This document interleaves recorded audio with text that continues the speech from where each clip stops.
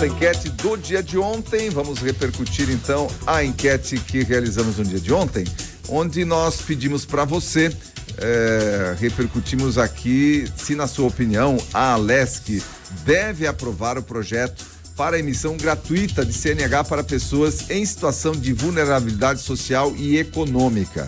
Esse projeto está tramitando lá na Alesc agora.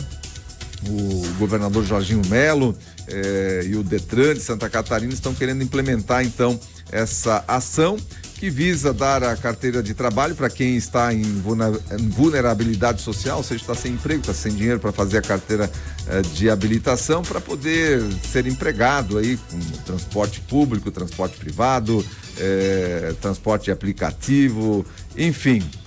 Essa é o que tramita na Alesc, mas pela bagatela de 18 milhões de reais anuais. Vai custar essa ação aí do governo do estado de Santa Catarina e do Detran do estado de Santa Catarina. E a gente pediu para você, e aí, você concorda com isso? Que o governo de Santa Catarina invista 18 milhões e 200 mil reais por ano para dar carteira de habilitação a quem se encontra em situação de vulnerabilidade social e econômica? Então, 72% disseram que não. E 27,9% disseram que concordam, que acham que o governo deve dar aí a carteira de habilitação para as pessoas que estão em vulnerabilidade social.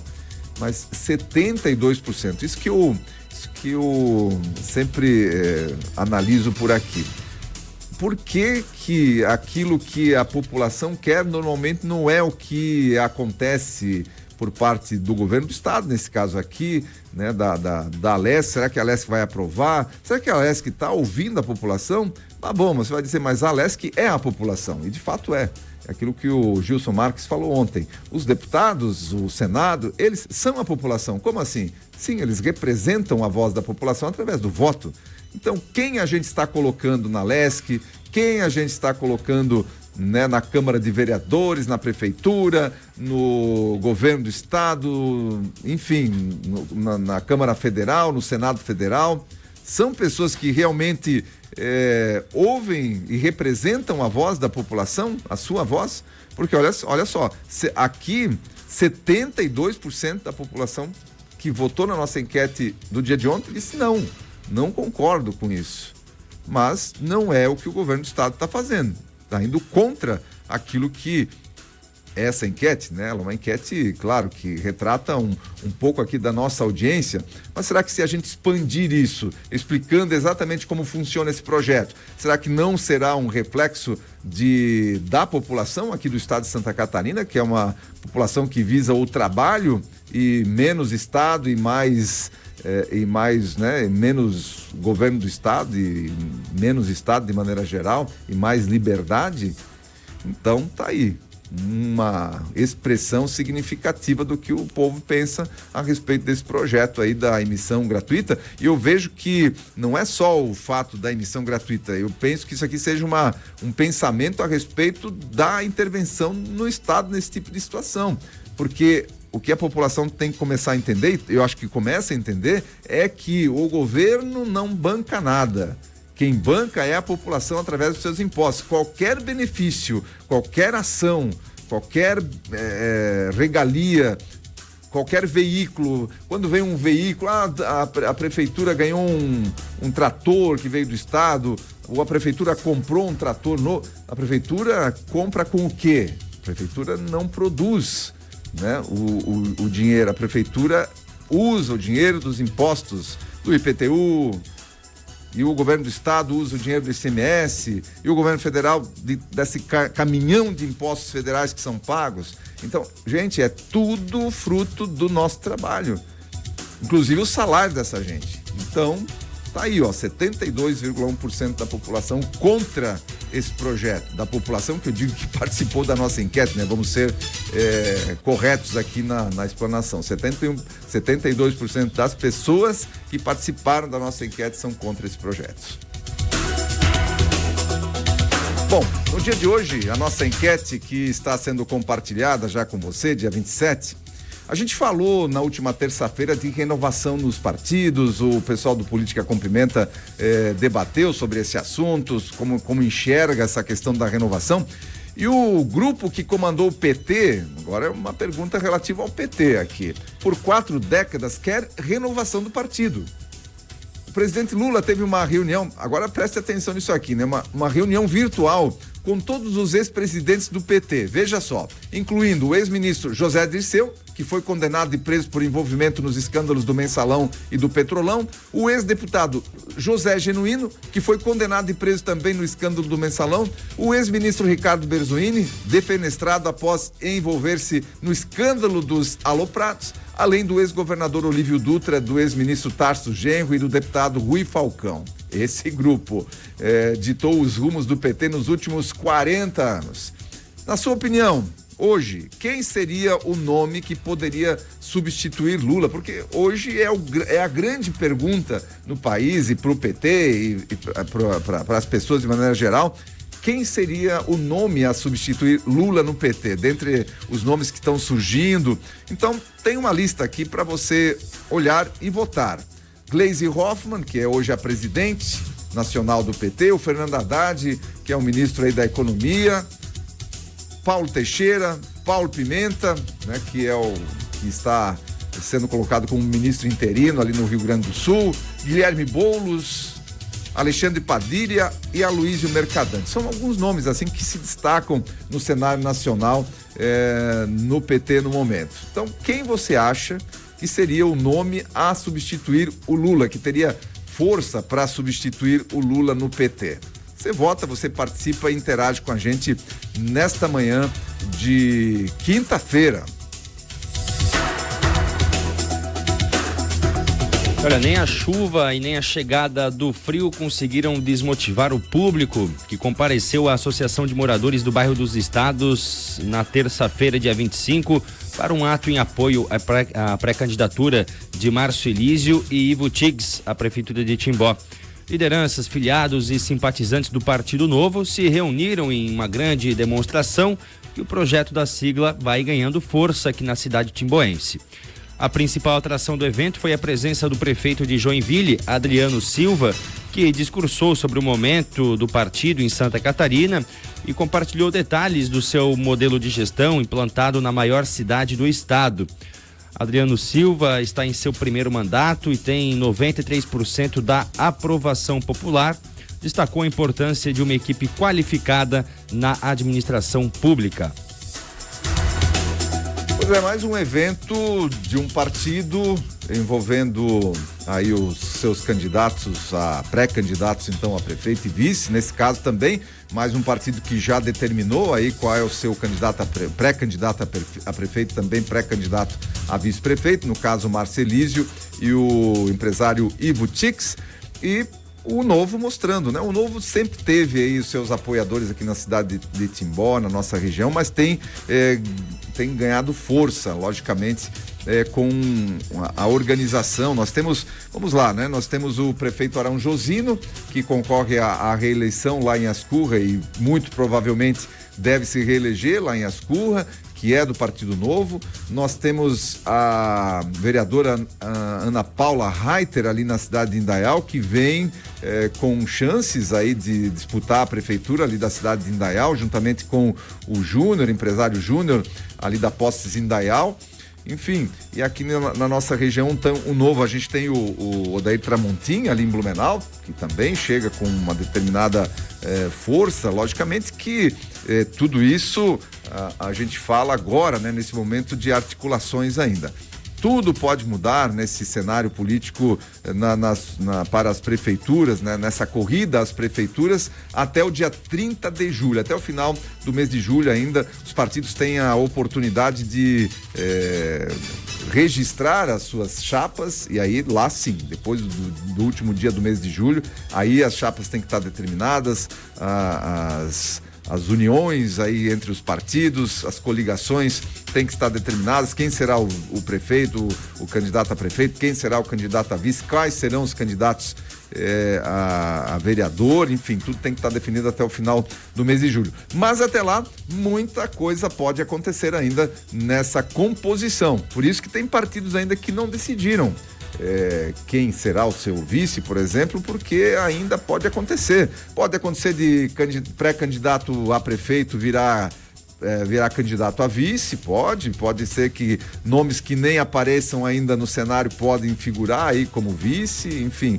Como prefeito, já penso que os nomes já estejam assim mais definidos, mas pode acontecer de algum pré-candidato hoje que é candidato a prefeito virar candidato a vice, por que não? Por quê? Porque os partidos acompanham. Se o seu candidato não estiver pontuando bem aí nas pesquisas internas, enfim, mas é lógico que por conta de buscar alcançar e manter-se ou buscar alcançar o poder no sentido da cadeira da prefeitura, logicamente que muita coisa ainda pode acontecer no cenário político aqui dos nossos municípios. Vamos aguardar agora as melancias se ajeitarem na carroça durante o trajeto até o dia 30 de julho, né? Até o dia 30 de julho.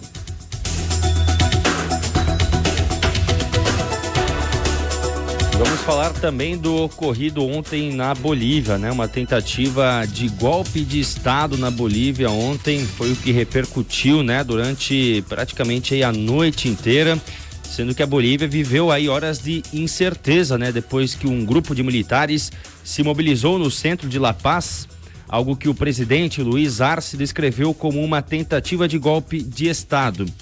Soldados e veículos militares tomaram por algumas horas o controle da Plaza Murillo, em La Paz, e entraram no Palácio Queimado, sede do governo, liderados pelo general Juan José Zuniga.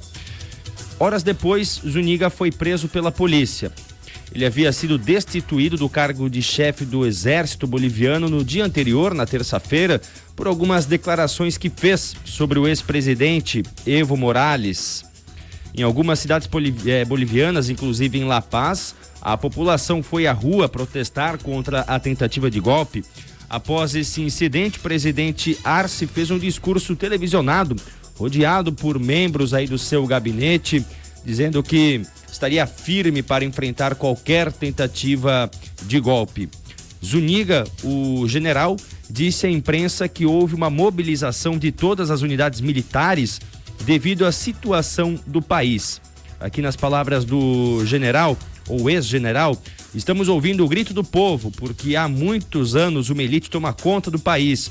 Donos do Estado, os vândalos, estão nas diferentes estruturas do Estado, destruindo a pátria.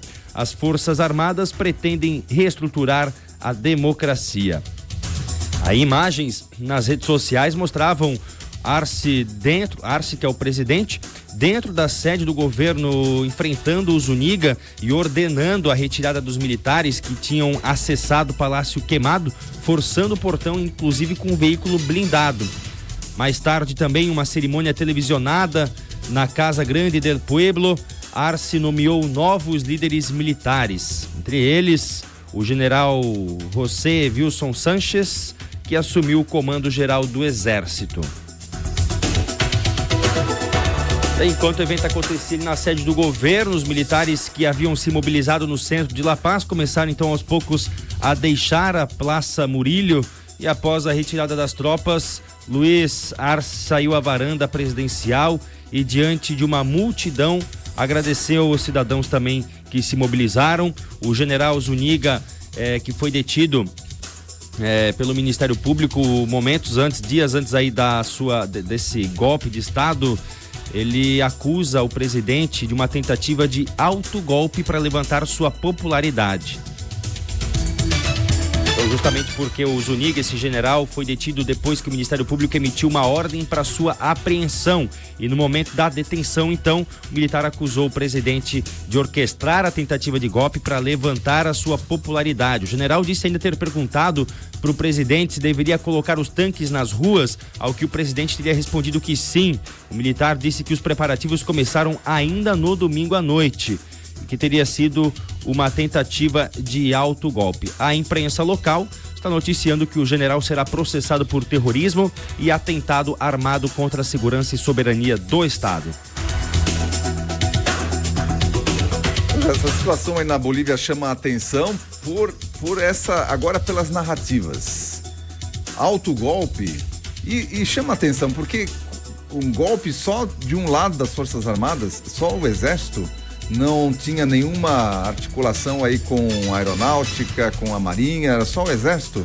Aí aqueles poucos ali que estavam tomando o palácio durante o dia, normalmente esse tipo de coisa é planejada, se toma à noite, se faz à noite, se já vai uma equipe, já aprende lá presidente do Supremo, o presidente, enfim, uma coisa muito estranha mesmo que aconteceu, e o próprio general ali acusando agora o presidente de autogolpe, de planejar essa situação aí para elevar a moral. E tudo leva, né? Tudo leva. Daí fazem isso durante o dia, isso é um espetáculo midiático, aí daqui a pouco eles se retiram de lá, daqui a pouco o presidente vai lá para a janela, feito o Papa faz lá em Roma, para agradecer as pessoas que se reuniram por lá. Enfim, agora vai vigorar a guerra das narrativas. Vamos ver qual a narrativa que vai vencer. E, de fato, numa guerra, quem sempre perde é a verdade. E as narrativas ficam pulando de lá para cá.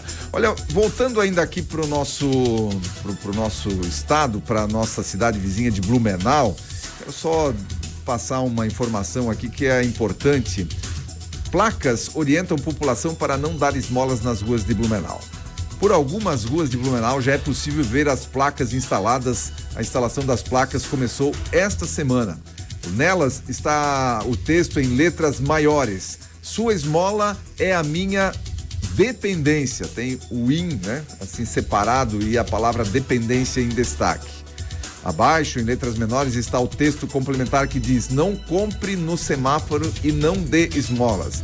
A ação está sendo realizada pela Prefeitura de Blumenau por meio das Secretarias de Trânsito e Transporte, Desenvolvimento Social, Planejamento Urbano também. Ao todo serão instaladas placas em 20 importantes cruzamentos da cidade, porque realmente isso é uma forma de manter essas pessoas lá nesses locais, à medida em que nossa região... Gente, nós não precisamos ter pedintes por aqui. As pessoas têm outras formas de buscar ajuda e principalmente a principal ajuda. Nossa região tem emprego a dar com os pés, né? Tem muito emprego. Essas pessoas que estão aí pedindo esmola, muitas delas saudáveis, com plenas condições de trabalhar e preferem ficar ali pedindo esmola. Então, gente, tem outras formas de ajudar.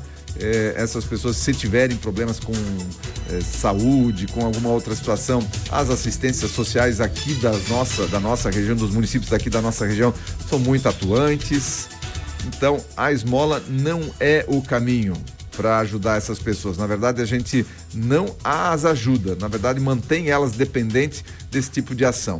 E, olha, tem gente que realmente já foi aqui na própria cidade de Timbó, já se ofereceu, né, para essas pessoas oportunidades, não, mas elas preferem ficar ali pedindo fazendo aquilo que lhes parece mais fácil, que é ganhar na moleza, sem fazer nada. Vamos dando sequência. Olha, contas do governo fecham com rombo de 61 bilhões de reais em maio, segundo o pior resultado da história. As contas do governo federal registraram resultado negativo em maio, o chamado déficit primário. No mês passado, a diferença entre as receitas e as despesas ficou em 60,9 bilhões. O resultado sucedeu o superávit e resultado positivo de 11 bilhões em abril. O saldo, que reúne as contas do Tesouro Nacional, Previdência Social e Banco Central, foi o pior desempenho em termos reais para o mês desde 2020, também figurando como o segundo pior resultado na série histórica do Tesouro, que foi iniciada em 1997. Em maio de 2023, o resultado havia sido negativo em 45 bilhões em valores nominais. O resultado do mês passado ficou quase em linha com a expectativa do mercado financeiro, cuja mediana apontava um déficit de 58 bilhões. O dado de abril ficou dentro do intervalo das estimativas, todas de déficit, que variam de 70 bilhões a 25,5 bilhões de reais. Então, déficit histórico, aliás. O governo não está nada preocupado com o controle dos gastos públicos, mais um recorde negativo nas contas do governo. E aí a gente entende por que o Lula estava atacando tanto o Banco Central e, de novo, trazendo à tona a briga com o presidente do Banco Central, o Campos Neto, que foi eleito o melhor presidente de Banco Central do mundo. O Campos Neto foi eleito. Enfim, mas o Lula disse que ele é um adversário político. Veja só, um cargo técnico na votação da manutenção das taxas de juros. Não é só o presidente do banco que vota, são 9 conselheiros, 8 conselheiros mais o presidente. Inclusive, os 4 conselheiros aí que foram indicados pelo Lula também votaram pela manutenção. Mas para o Lula, a culpa é do Banco Central. Tem que achar o culpado. Não é o governo que não tem controle sobre seus gastos. 61 bilhões em maio de déficit público.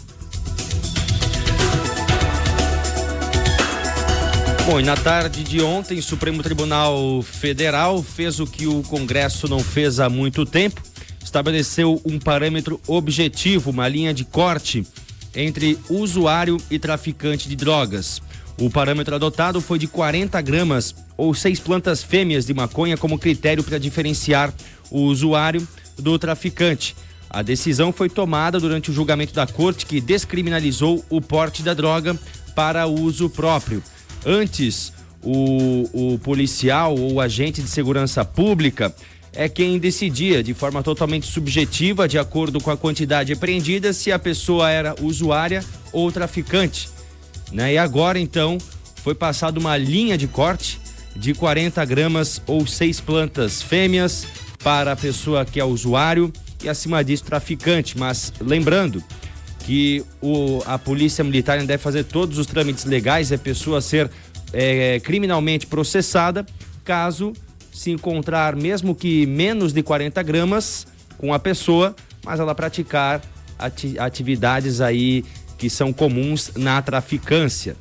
Ou seja, de acordo com o policial, se a pessoa adotar as práticas de tráfico, ela deve ser processada criminalmente também.